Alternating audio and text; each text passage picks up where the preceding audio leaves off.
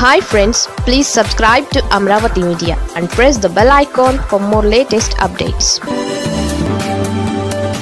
TDP versus Janasena Pithapuram రచ్చ ఎటు దారి తీస్తుంది? ఏపీ రాష్ట్ర రాజకీయాలు ఒక ఎత్తు అయితే పిఠాపురం రాజకీయం మాత్రం మరో ఎత్తు అని చెప్పాలి. పిఠాపురం రాజకీయాలు ఎప్పుడూ హాట్గానే ఉంటాయి.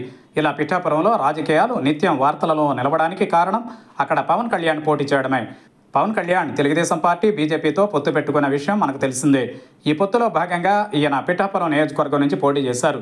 నిజానికి పిఠాపురం నుంచి టీడీపీ తరఫున వర్మ ఎంపిక అవుతారని చివరి క్షణం వరకు ఎదురు చూశారు. కానీ పవన్ కళ్యాణ్కు టికెట్ రావడంతో ఒక్కసారిగా వర్మ వర్గీయులు ఆగ్రహం వ్యక్తం చేశారు. కానీ చంద్రబాబు పిలుపు మేరకు వర్మ పవన్ కళ్యాణ్ గెలుపు కోసం ఎంతో కష్టపడ్డారు. తనకు ఎమ్మెల్సీ ఇస్తానని, తద్వారా మంత్రిగా తీసుకుంటానని చంద్రబాబు హామీ ఇవ్వడంతోనే వర్మ ఎలాంటి స్వార్థం లేకుండా పవన్ కళ్యాణ్ గెలుపునకు కారణమయ్యారు. ఇక పవన్ కళ్యాణ్ గెలవడం, కూటమి ప్రభుత్వం వచ్చి ఏడాది పూర్తి కావడం జరిగింది. కానీ ఇప్పటి వరకు వర్మకు రాజకీయ పరంగా ఏ విధమైనటువంటి న్యాయం జరగలేదు. ఈ క్రమంలోనే పిఠాపురం నియోజకవర్గంలో జనసేన వర్సెస్ టీడీపీ అనే విధంగా విభేదాలు చోటు చేసుకున్నాయి.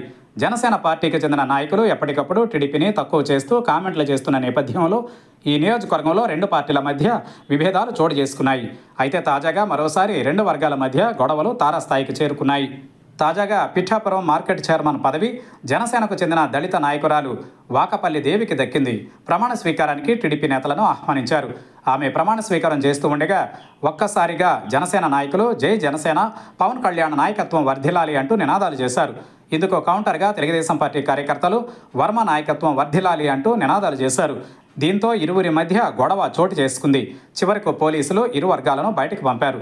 ఇలా పరస్పరం ఈ రెండు పార్టీల మధ్య విభేదాలు చోటు చేసుకోవడంతో పార్టీ అధినేతలు ఈ విషయంపై స్పందిస్తే బాగుంటుందని, లేకపోతే ఈ 5 సంవత్సరాలు ఇలాగే విభేదాలు కొనసాగుతాయని స్పష్టమవుతోంది.